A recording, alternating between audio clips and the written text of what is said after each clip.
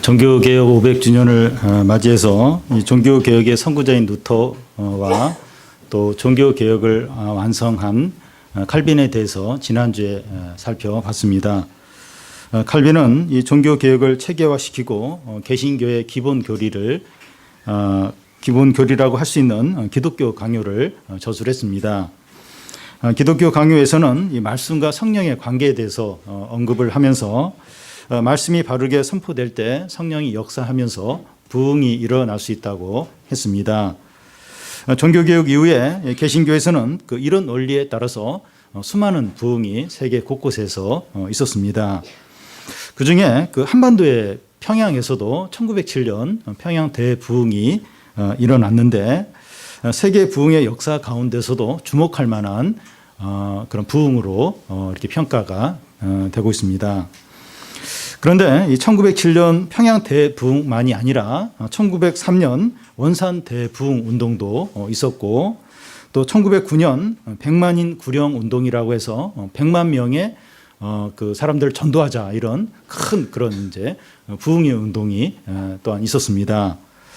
이런 큰 부흥이 일어날 때 한국의 역사적인 배경을 보면 1876년 강화도 조약이 체결된 이후에 1894년 청일전쟁이 일어나고 또 1904년 노일전쟁이 일어나고 1905년 을사조약이 이루어지고 1907년 고종이 퇴위하고 1910년 한일합방이 있고 또 1911년 105인 사건이 일어나는데 그 시대에 한국의 역사를 보면 비운의 역사라고 할 수가 있습니다. 그 10년 전후를 해가지고 참 굉장히 수치스럽고 좀 절망적인 그런 일들이 한국의 조선에 일어나게 됩니다.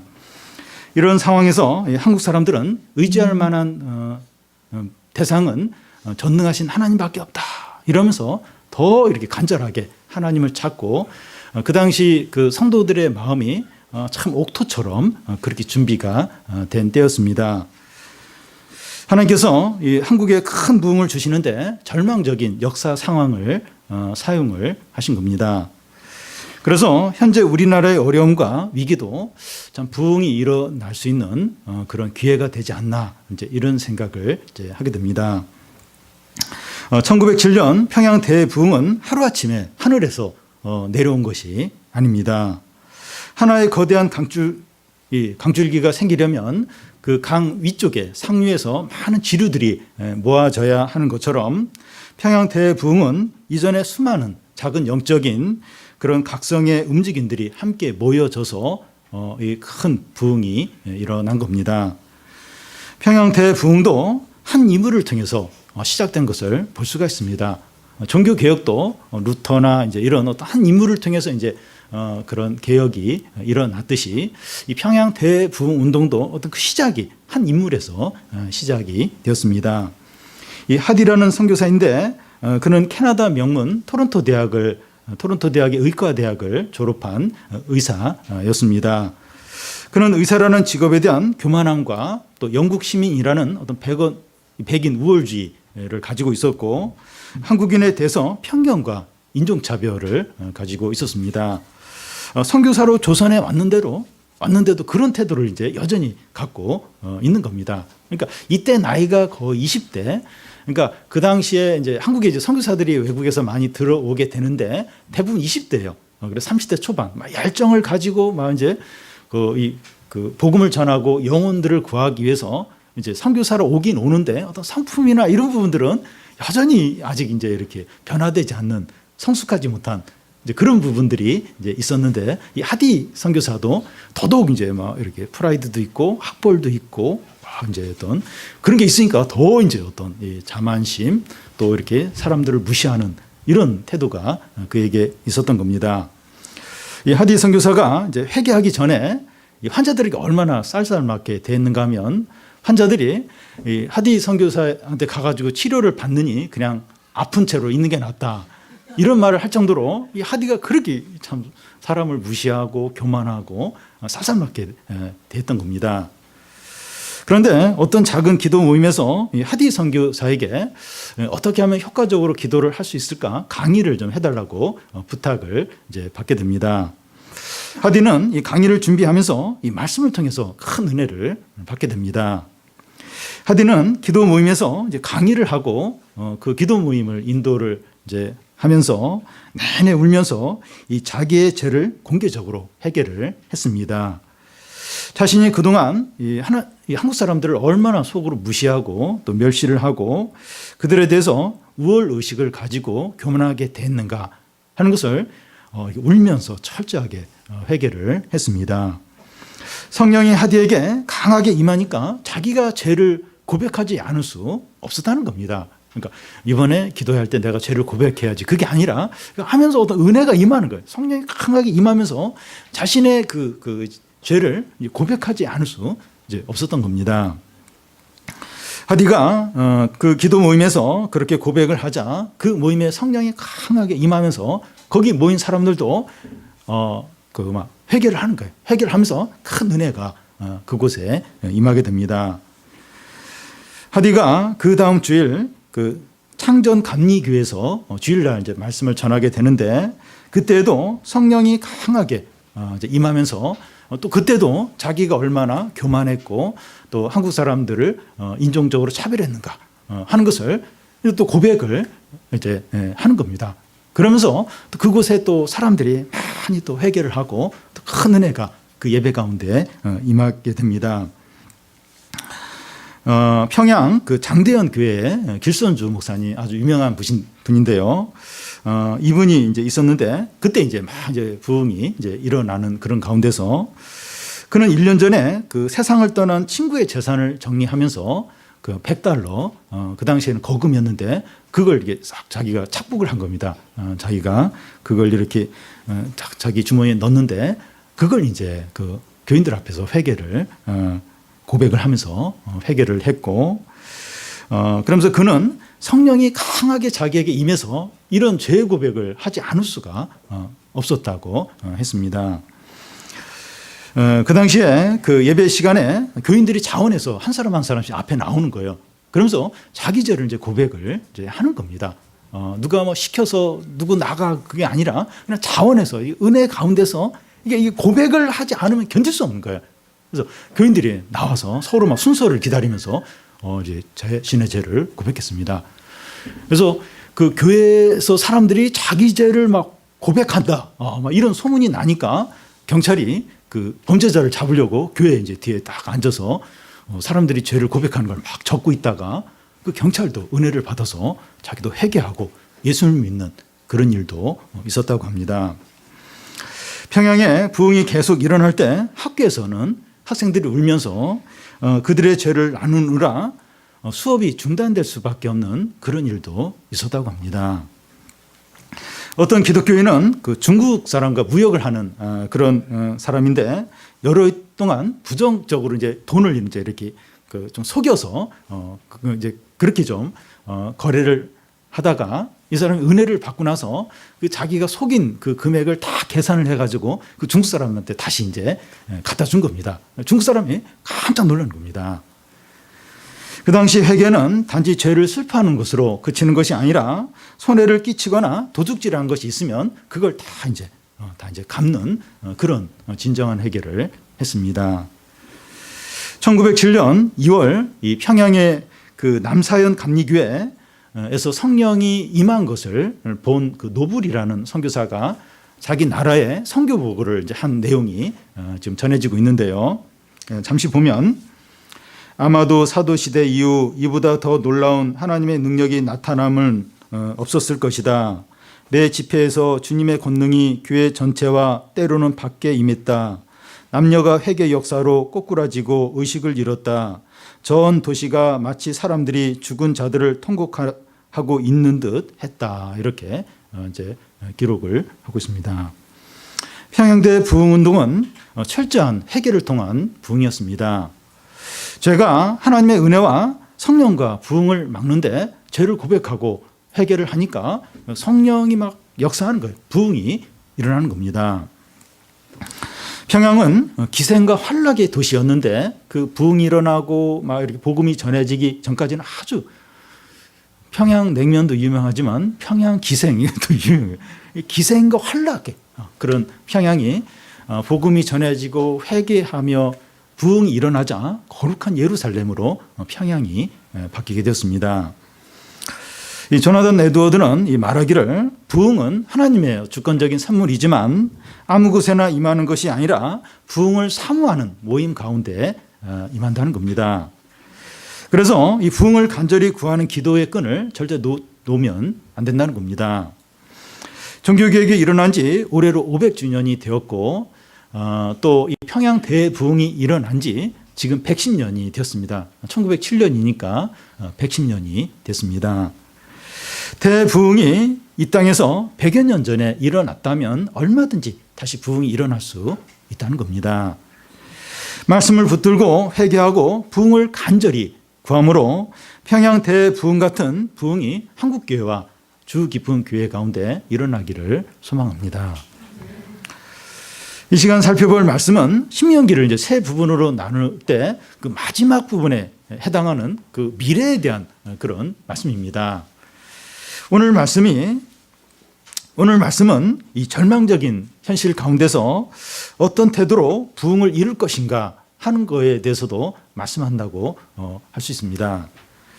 오늘 말씀에서 모세는 자기는 가나안 땅에 들어가지 못하지만 자기를 대신해서 그 여호수아가 이스라엘 백성들을 이끌고 가나안 땅에 들어가게 되고 하나님이 이제 함께 하신다 이런 말을 이제 하게 됩니다.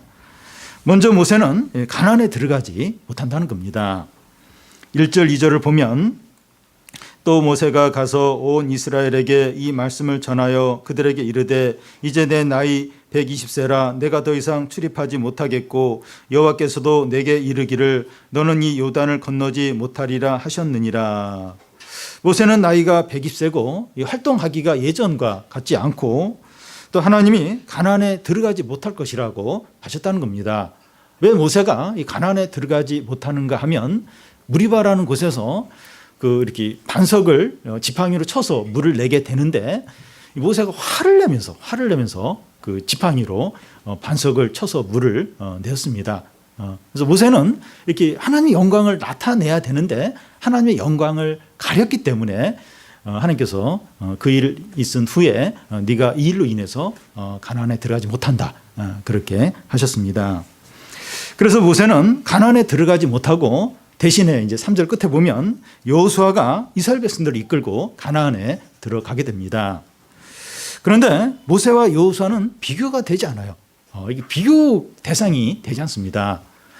모세를 통해서 애굽에 10가지 재앙이 일어나고 홍해가 갈라지고 하늘에서 만나가 40년간 내리고 반석에서 물이 나오게 했습니다. 모세는 하나님과 대면하면서 이렇게 이야기를 나눈 그런 자였습니다. 그런데 여호수아는 모세의 시종이에요. 그리고 출애굽 초기에 아말렉과 싸울 때 이스라엘 백성들을 이끌고 나가서 싸워서 이긴 적이 있었고 또 이 가나안을 정탐할 때 12명의 정탐꾼 중에서 이제 이렇게 그 속해에서 아주 좀 신실한 보고를 한 적이 있습니다. 근데 그 외에 이 여호수아의 어떤 특별한 그런 것은 없어요. 뭐 여호수아도 이렇게 대단하긴 하지만 이 모세와 비교할 때 상대가 안 되는 너무나도 부족한 그런 인물이었습니다. 그런데 가나안을 정복하는 일은 애굽에서 이스라엘 백성들을 이끌어 내오는 것이나 또 광야에서 40년간 이스라엘 백성들을 이끄는 그런 일보다 훨씬 더 어려운 일이었습니다. 근데 모세보다 모든 면에서 부족한 이 여호수아가 그 일을 감당해야 되니까 여호수아와 이스라엘 백성들이 너무 불안한 거예요. 너무나 걱정이 되는 겁니다. 모세는 못 들어간다고 하고 참 이렇게 훨씬 참 이렇게 부족한 여호수아가 백성들을 이끌고 가나안 땅을 차지한다고 하는데 이게 진짜 가능할까? 불안한 겁니다. 이 카리스마가 넘치는 지도자가 퇴임을 하고 훨씬 부족한 그 지도자가 새로 이렇게 그 자리에 갔을 때 사람들이 다 이제 불안해하지 않을 수 없는 겁니다. 그래서 모세는 여호수아나 그 백성들이 불안해할 때 불안해하지 않도록 하나님에 대해서 이렇게 말씀할 필요가 있었습니다. 세 가지를 이야기하는데 첫째는 하나님께서 앞서 가신다는 겁니다.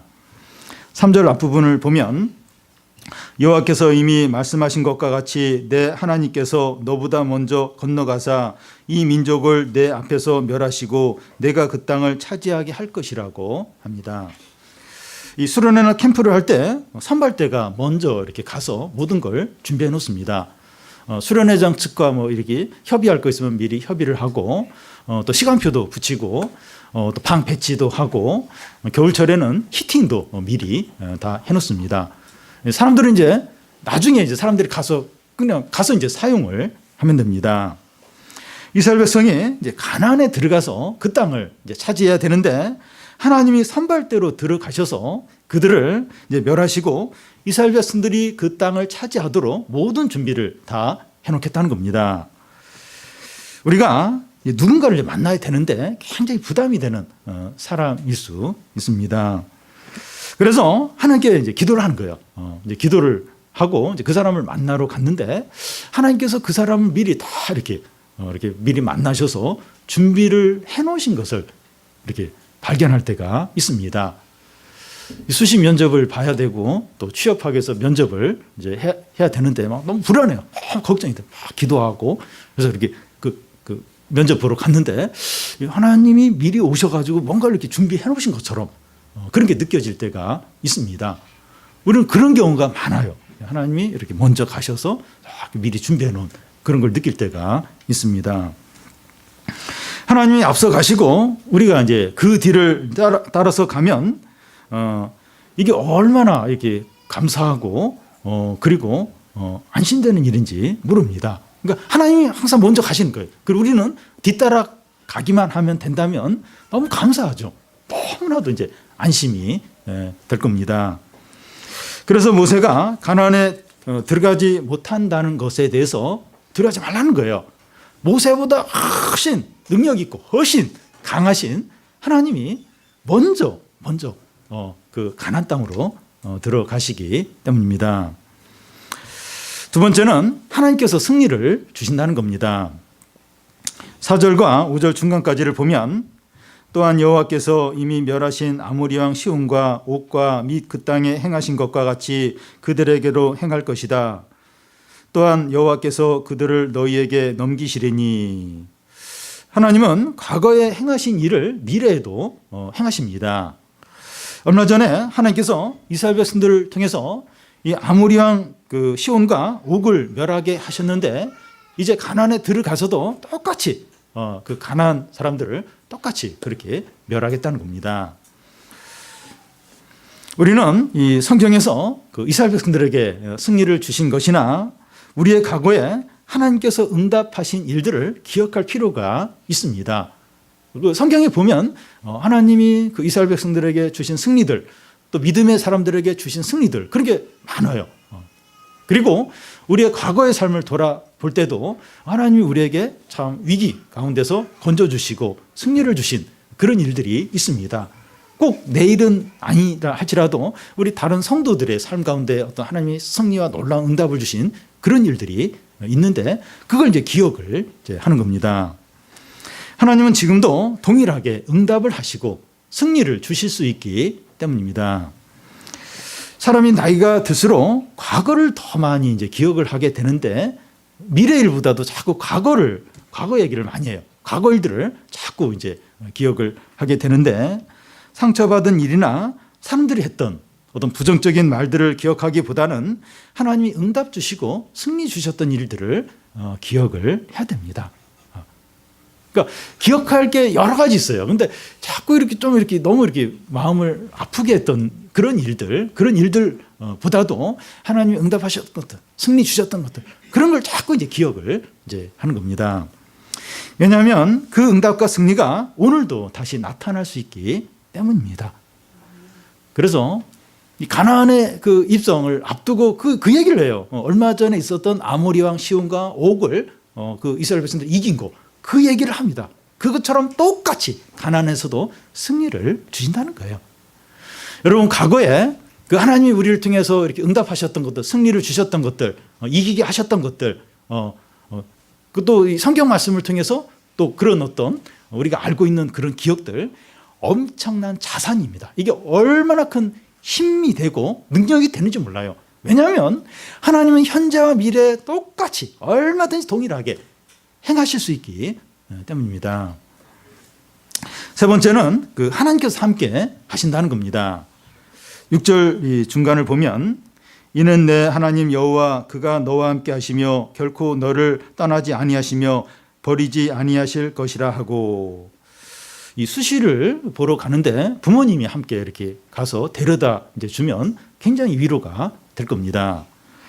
이스라엘 백성들이 가나안에 들어가는데 모세가 함께 가지 못한다고 하니까 굉장히 낙심이 되는 거예요. 두려움이 될 수 있습니다. 그런데 모세보다도 강하고 위대하신 하나님이 그들과 함께 가고 떠나지 않고 그들을 버리지 않는다는 겁니다. 미국 대통령의 방문을 앞두고 이 경호팀이 비상인데, 경호팀이 있으면 테러나 암살로부터 안전할 겁니다. 그런데 하나님이 이스라엘 백성들과 함께 하면서 지키고 인도하고 보호하시는 겁니다. 모세와 같은 지도자 100명이 있는 것보다 훨씬 더 나아요. 하나님이 함께 하는 것. 특수부대 경호원들이 함께 있는 것보다 훨씬 더 안전하고 확실한 게 하나님이 우리와 함께 하시는 거예요. 우리를 지키시는 겁니다. 그렇다고 밤늦은 시간에 위험한 곳을 다녀도 안전하다는 것이 아닙니다. 하나님이 지켜주셔 이러면서 그런 늦은 시간에 다니면 안 되는데, 거기 가면 안 되는데 거기 다니면서 하나님이 나와 함께 하셔 이러면서 죄 짓거나 죄 유혹에 빠지고 그러면 안 되는 거예요. 그러니까 우리가 일상적인 생활을 하고 특히 믿음으로 사는데 어떤 위험한 순간들이었어요. 그런 순간들이 와요. 그럴 때 두려워하지 말라는 거예요. 하나님이 함께 하시고 지키시고 보호하신다는 겁니다. 모세는 하나님의 말씀을 통해서 여호수아와 이 백성들을 안심시키고 두려워하지 않도록 하고 있습니다. 그런데 이 하나님의 말씀은 보이지 않고 현실의 어려움은 눈앞에 있습니다. 그러니까 지금 이제 마지막에 유언과 같은 이야기를 하는 거예요. 모세가 내가 지금 나는 여기서 못 들어가고 여기서 이제 얼마 후에 죽고 여호수아가 나보다 좀 부족한 여호수아가 이제 너희를 데리고 들어간다. 그 자체만 보면 큰 이렇게 두려움이에요. 실망이에요. 그런데 하나님이 앞서가시고 또 너희들에게 승리를 주시고 너희와 함께 하신다. 하나님의 말씀을 이렇게 전하고 있어요. 그런데 이 말씀은 어떤 면에서 말씀이고 이 현실의 어려움은 눈앞에 있는 겁니다. 예배를 드릴 때는 믿음이 있는데 학교나 직장이나 이 세상에 나가면 두려움 가운데 빠질 때가 많습니다. 말씀은 눈에 안 보이고 현실은 바로 눈앞에 있고 실제고, 그러니까 이 현실 가운데서 세상 가운데서 낙심에 빠지기가 쉽습니다. 그래서 필요한 게 뭡니까? 이때 이제 필요한 게 있어요. 이게 뭡니까? 이 7절과 8절을 우리 한 절씩 교대로 읽겠습니다. 모세가 여호수아를 불러 온 이스라엘 목전에서 그에게 이르되 너는 강하고 담대하라. 너는 이 백성을 거느리고 여호와께서 그들의 조상에게 주리라고 맹세하신 땅에 들어가서 그들에게 그 땅을 차지하게 하라.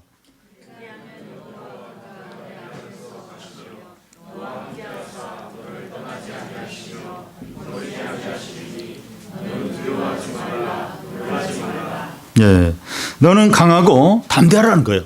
두려워하지 말고 놀라지 말라는 겁니다. 우리가 예배 시간에 은혜를 받아도 현실은 달라지지 않습니다. 내가 아침에 큐티를 은혜스럽게 하고 기도도 간절히 했어요. 근데 이렇게 나가보면 현실은 전혀 이렇게 바뀌지 않은 경우가 많습니다. 예배 시간에도 말씀을 듣고 막 감동이 돼요. 근데 월요일 날 해결해야 될 일은 전혀 달라지지 않고 오히려 상황이 더 심각할 수도 있습니다. 그래서 이 말씀으로 은혜를 받고 세상에 나아갈 때 필요한 것이 바로 이 말씀. 네. 강하고 담대하라. 두려워하지 말라. 놀라지 말라. 이 말씀이 우리가 은혜를 받고 세상에 나갈 때 이 말씀이 필요합니다. 왜냐하면 현실은 전혀 안 달라지고 오히려 더 힘든 현실이 이렇게 눈앞에 있기 때문입니다. 너는 현실의 어려움 앞에서 강하고 담대하라는 겁니다. 아무것도 두려워하지 않는 용기를 가지라는 겁니다. 아무것도, 어떤 사람도, 어떤 위기 어려움도 두려워하지 않는, 거기서 낙심하지 않는 용기를 가지라는 겁니다. 사람들이 하는 말이나 소문이나 또 병이 이제 있다는 어떤 통보나 모든 것을 다 잃어버리거나 목숨을 잃어버리는 순간에도 두려워하지 말고 놀라지 말라는 겁니다. 그 현실 아무리 그 현실이 얼마나 절망적이라 할지라도 놀라거나 두려워하지 말라는 겁니다. 현실의 어려움도 실제고 하나님의 말씀은 더 실제라는 겁니다. 현실이 실제예요. 현실 무시하면 안 돼요. 현실에서 피할 수 없습니다. 그런데 이 하나님의 말씀은 더 실제라는 겁니다. 이 어려움보다 하나님이 더 크다는 겁니다. 천지는 없어지더라도 하나님의 말씀의 1.1핵은 사라지지 않고 다 성취가 됩니다. 이 현실보다, 이 눈앞의 어려움보다 훨씬 더 실제하고 참되고 영원한 게 하나님의 말씀입니다. 우리의 현실 앞에서 큰 용기를 가질 수 있도록 하나님께 기도하시기 바랍니다. 아무리 은혜를 받고 막 이렇게 말씀에 감동을 받아도 현실은 그대로. 어떻게 해야 됩니까? 이 어려운 현실 앞에서 큰 용기를 가는, 큰 용기. 두려워하지 않고 낙심하지 않는 거예요. 놀라지 않는 겁니다. 강하고 담대한 거예요, 담대한. 현실은 뭐 어려운데 강하고 담대하게 하나님의 말씀 믿고 나아가는 겁니다. 그러면 기적이 나타나요. 기적이 나타나고 하나님 역사하십니다. 앞에서 하나님이 내가 앞서가고 너와 함께하고 승리를 준다. 하나님 그렇게 말씀하셨어요. 그러면 이 어려운 절망적인 그 상황에서 두려워하고 쭈그러들고 막 불평하고 막 뭐 원망하고 그게 아니라 강하고 담대하게 현실 그래 이제 어려운 거 사실이야. 그리고 하나님의 말씀도 사실이고 하나님이 앞서가시고 승리를 주시고 또 나와 함께 하시는 것도 사실이다. 변함없는 사실이다. 이걸 믿고 강하고 담대하는 거예요. 하나님께 이런 큰 용기를 달라고 절대로 불평하고 주저앉고 위축이 되고 그러지 않을 수 있는 큰 용기를 달라고 하나님께 구하는 겁니다. 그러면 하나님 역사하시죠. 승리와 응답과 또 이 부흥과 놀라운 일들을 하나님이 행하십니다. 이때 필요한 게 인내입니다. 인내. 하루 동안에는 이렇게 강하고 담대히 나갔는데 그 다음 날부터는 어제 그렇게 했는데 아무 일도 안 일어나던데 이러면서 그냥 다시 위축이 되고 두려워하고 불평하고 이러면 안 되고 끝까지 인내. 인내하면서 강하고 담대하게 나아가는 거죠. 용기를 가지고 나아가는 거죠. 그러면 하나님 역사하십니다. 하나님이 일을 하십니다. 오늘 말씀이 영적인 부흥과 어떤 관계가 있습니까? 이스라엘 백성들이 이제 그들보다 훨씬 강한 가나안 족속들을 보면서 이 가나안을 차지하는 것은 불가능하겠다. 이제 이런 생각이 들었을 겁니다. 그와 같이 우리 자신의 연약함과 이 사람들의 죄악과 우리 사회의 부패함과 교회들의 어려움을 보면 부흥은 일어나기 어렵겠다. 어떻게 이런 가운데서 부흥이 일어날 수 있을까? 이런 생각이 들 수 있습니다. 그래도 이 말씀을 의지해서 담대히 부흥을 위해서 기도를 하는 겁니다. 이 사람들을 바라보면 될 수 있을까? 될 수 있을까? 변화될 수 있을까? 은혜를 받을 수 있을까? 그런 어떤 절망이 들 수 있어요. 내 자신의 부족함들, 이 사회의 어떤 악함들, 부패함들, 이 한국교회의 어떤 무능함들 이런 걸 보면서 어떻게 소망이 있을까? 어떤 부흥이 있을까? 이제 이런 생각이 들 수 있는데 이런 현실, 이 절망적인 현실 앞에서 강하고 담대. 기도를 하려고 해도 이렇게 자꾸 이렇게 의심이 드는 거예요. 의심이 들고 지금 소용없는 짓 하는 거 아니야? 안 될 거야. 자꾸 현실에 압도가 들려요. 부정적인 생각이 들려고 한다는 겁니다. 근데 강하고 담대하게 기도하는 겁니다.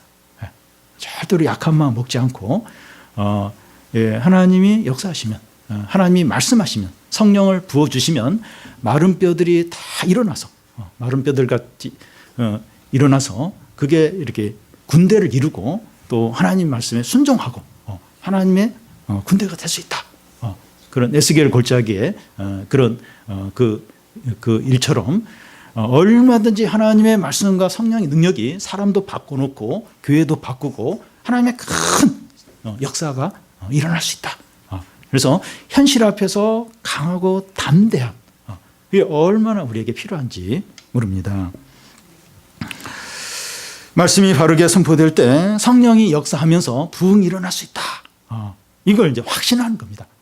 확신하고 끝까지 계속 쉬지 않고 낙심하지 않고 기도하고 구하는 겁니다.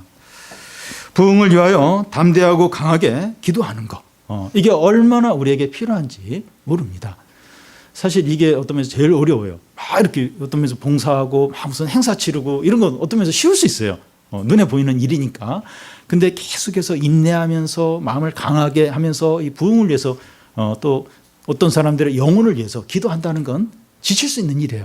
오래 하기 어려운 일이에요. 근데 강하고 담대하게 현실로 인해서 낙심하지 않고 이 부흥을 위해서 성령의 역사를 위해서 계속해서 기도하는 겁니다. 그래서 한국 교회와 우리 교회 안에 회개와 성령의 역사와 거룩한 부흥이 속히 임하기를 간절히 원합니다.